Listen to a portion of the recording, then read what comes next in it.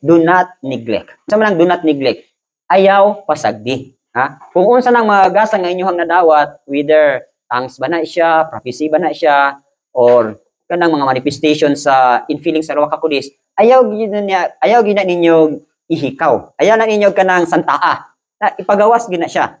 So muna akong na-notice sa itong mga kabatanunan.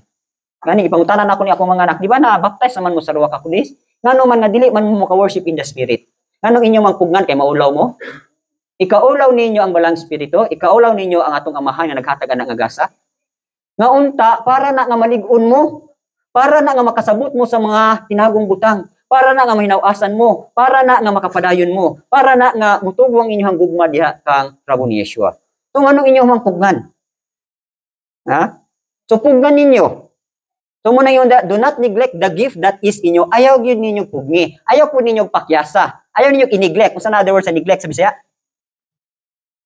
Dili isalikway. O pasabot di ay gihatag ko na, di ba? For example, ako karon.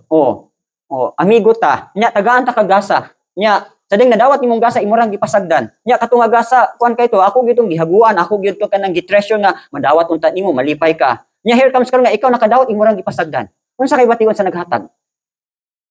Ha? Unsa kayong bation? For example, ako karon naghatag ko og cellphone sa akong anak.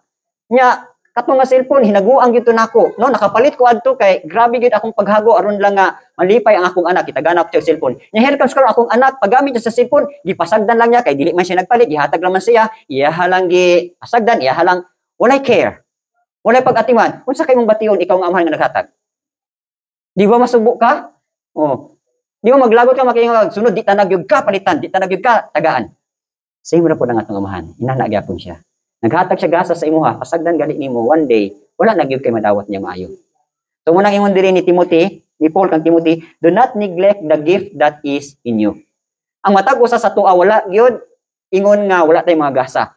Matag usa sa tuwa gitaga gasa, no? Naatay gitawag og motivational gift, naapod tay gift from the Ruach HaKodesh. Mingkag unsa man ning mga motivational gift? Kini motivational gift igsuon, mao ni mga gift nga imong nadawat sa dihang nataw kaning kalibutan na. Di ba notice ninyo na yung mga igsuon nga maikig tingog? Gift na nimo. Na ay mga ability nga kabulo kay mo drawing. Gift na, motivational gift na siya.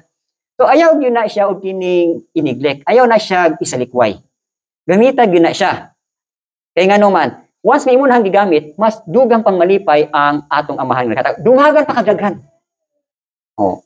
Daghan pa niya idugang sa imo, di ba? Notice ninyo, sa gitagaan og isa ka gasa, wala niya gi pauswag.